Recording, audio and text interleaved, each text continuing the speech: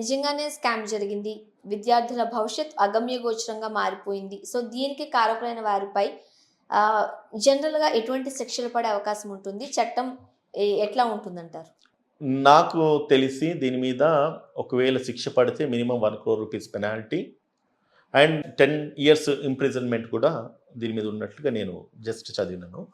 మరి కోర్టు ఎటువంటి తీర్పిస్తుంది, నిజంగానే ఇది జరిగిందా జరగలేదా అని నిజ నిర్ధారణ రావాల్సిన అవసరం ఉంటుంది. ఒకవేళ వచ్చింది జరిగిందంటే మాత్రము ఖచ్చితంగా ఈ శిక్షకు వాళ్ళు అర్హులే, శిక్ష పడాల్సిందని చెప్పి తెలియజేస్తుంది. థ్యాంక్ యూ సో మచ్ అండి ఉదయ్ గారు. ఎందుకంటే ఒక సెన్సిటివ్ విషయం ఇది. మీరు అన్నట్టుగా ఎటు పేరెంట్స్ ఓకే కంటిన్యూ అయితే బాగుంటుంది అనుకుంటారు, బట్ బాగా రాసిన పిల్లలకి అంత ఆశించిన ఫలితాలు రాకపోతే క్యాన్సిల్ అయితే బాగుంటుంది అనుకుంటారు. బట్ ఏది ఏమైనా న్యాయస్థానం పరిధిలో ఉంది కాబట్టి చక్కటి డెసిషన్ తీసుకుంటారు కాబట్టి వి హోప్ అట్లా. కాకపోతే ఇటువంటివి అయితే మాత్రం పునరావృతం కాకూడదు. ఒక డైలమాలో స్టూడెంట్స్ని ఉంచద్దు.